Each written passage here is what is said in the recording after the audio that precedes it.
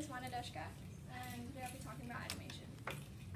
So animation offers a medium of storytelling and visual entertainment which can bring pleasure and information to people of all ages everywhere in the world.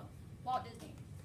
So we don't really realize how much animation has affected or impacted our world.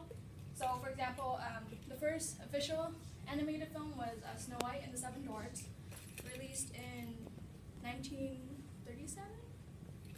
And so afterwards, a lot of other animators were inspired to do more other films like that. And animated films have been part of my life since I was little, and I'm sure they were yours too. And now I've come at this age where I want to be as an animator.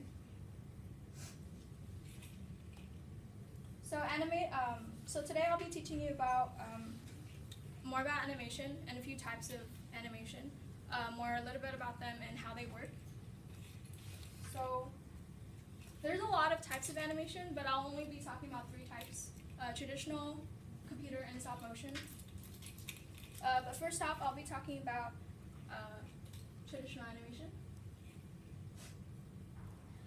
Traditional animation would be like an very old technique. The process is basically hand drawing picture frames on the scene. So, like, keyframes would be the transition for one point A to B, and then it causes like movement. So basically, little second, they draw it, and then they put it together, and it makes like a scene and a motion. So to have a better image of how this process is done, I'll describe to you like 2 types of ways that they animate. So back in the day, there was like, a zoetrope was the first way of animating. It's basically a cylinder object where it has like slits in the side, so the inside is visible. So when it's spun, you could see the image animate. Of course, it doesn't have to be a cylinder object. Actually, there was one that I remembered I saw in Disney World. I've seen one in Disney World, but I don't remember seeing one in Disneyland.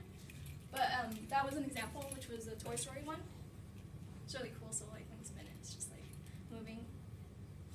And another one would be flip notes. Of course, it's the most well-known type of animation. It's just, sticky notes, flip it around, and then you just draw on it. But of course, traditional animation is dying because of computer animation. And of course, computer animation is the most dominant style, and it animates to 2D, to 3D, digital, CGI, or computer-generated imagery. There's like many ways to animate with computer animation, and there's there's a billion of possibilities. So I've tried to narrow my options down to explain to you like some techniques. So throughout the history of computer animation, there were techniques and styles that we used today in our films. So I picked 2 of my favorite ones. One of them would be ray tracing. It's basically creating the effect of mirror imagery, transparent surfaces, like glass. And yes, that's computer animated. And then another one was fur. And it's pretty cool. Like, I'm not going to get into particle animation because it gets way more in depth, but it's also another type of computer animation and then particle animation. So those are like the great examples. And then next I will finish about computer animation, now I'll talk about stop motion animation.